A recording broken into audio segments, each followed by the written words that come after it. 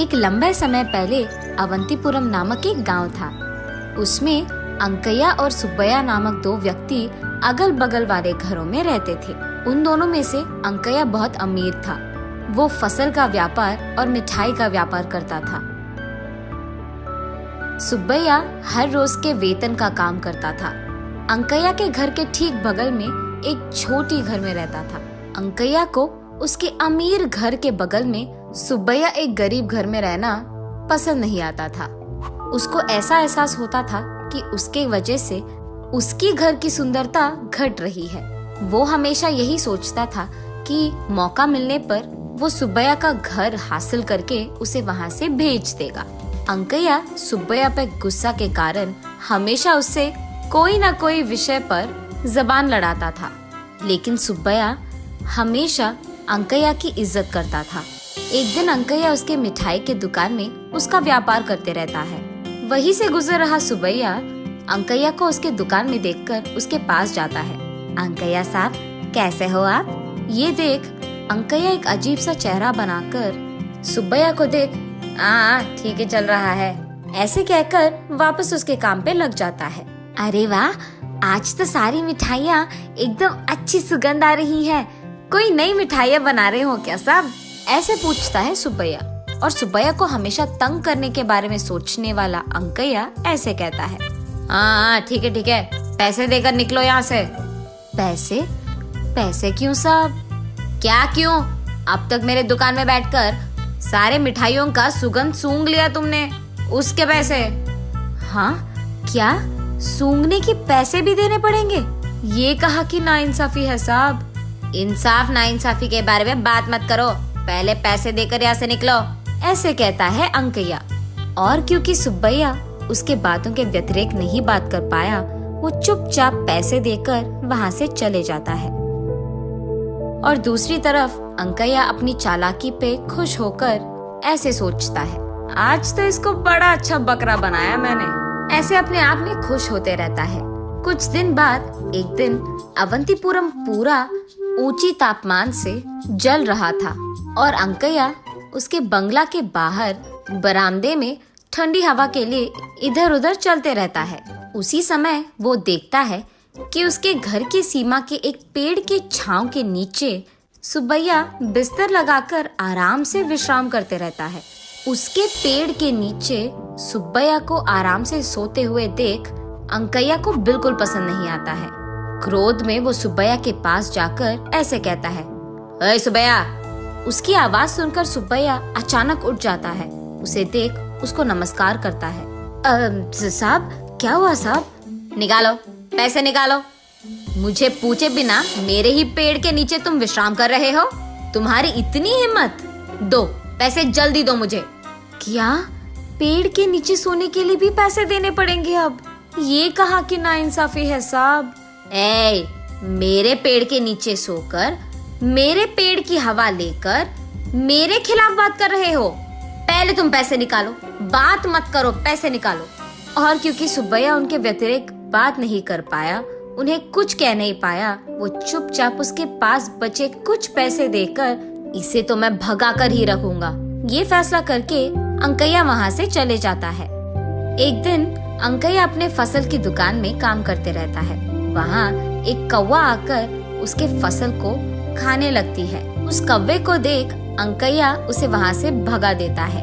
वो कौवा वहाँ से उड़ते उड़ते दुकान के बगल में मौजूद पेड़ पे उसके घोंसले के अंदर चले जाता है। इतने में सुब्बैया अपने पैसों के लिए अंकैया के दुकान को जाता है।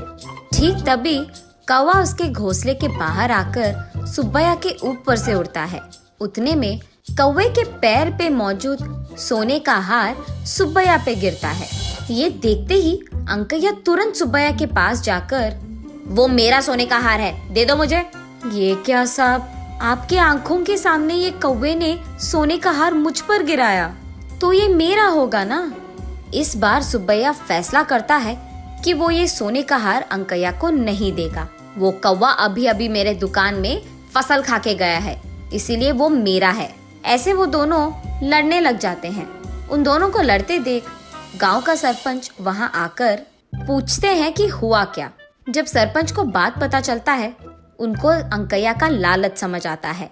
इंसाफ तो यही है कि ये हार सुब्बैया को मिलना चाहिए। ऐसे कैसे होगा? उस कौवे ने मेरे दुकान का फसल खाया है, उसे मेरा एहसान चुकाना होगा और इसीलिए वो सोने का हार भी मेरा है। अच्छा, वो फसल किसका है?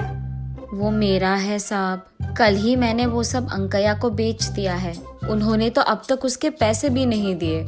और क्या, क्योंकि उस कौवे ने सुब्बैया के दिए हुए फसल खाए हैं, वो हार भी सुब्बैया को ही मिलेगा।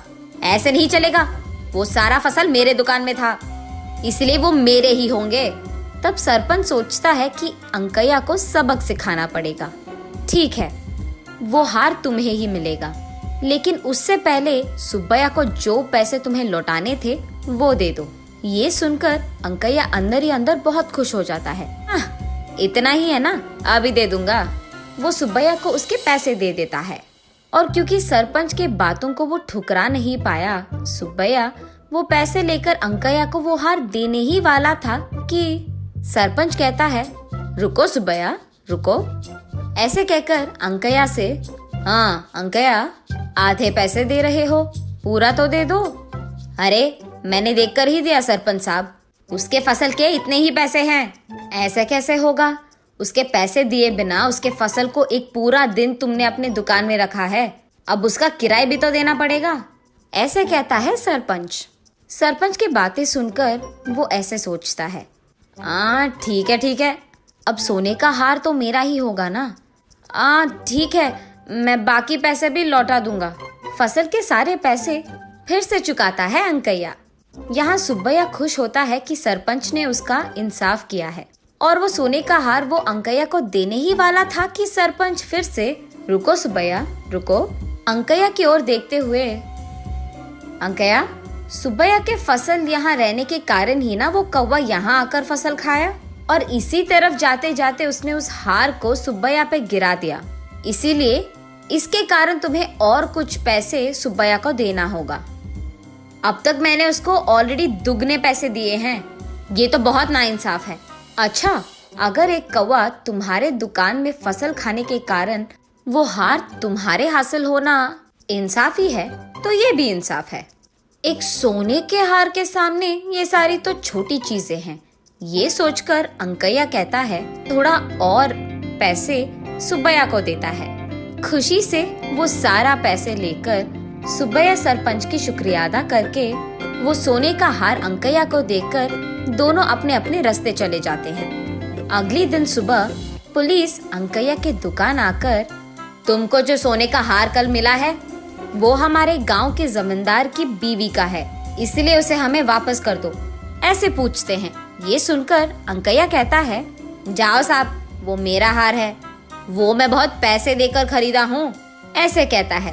तब पुलिस, हमारे पास इसके सबूत है, आपका ऐसे झूठ कहना बहुत नाइंसाफ है। ये कहकर अंकैया को बेड़ियां लगाकर वहां से पुलिस स्टेशन ले जाते हैं। तो इस कहानी का नैतिक क्या है? अंकैया के लालच के कारण उसके पैसे भी गए और हार भी, उसका इज्जत भी गया। जेल जाकर उसे जेल में रहना पड़ गया। आशा एक आदमी को जितना ऊपर लेता है, लालच उतना ही उसे नीचे गिराता है।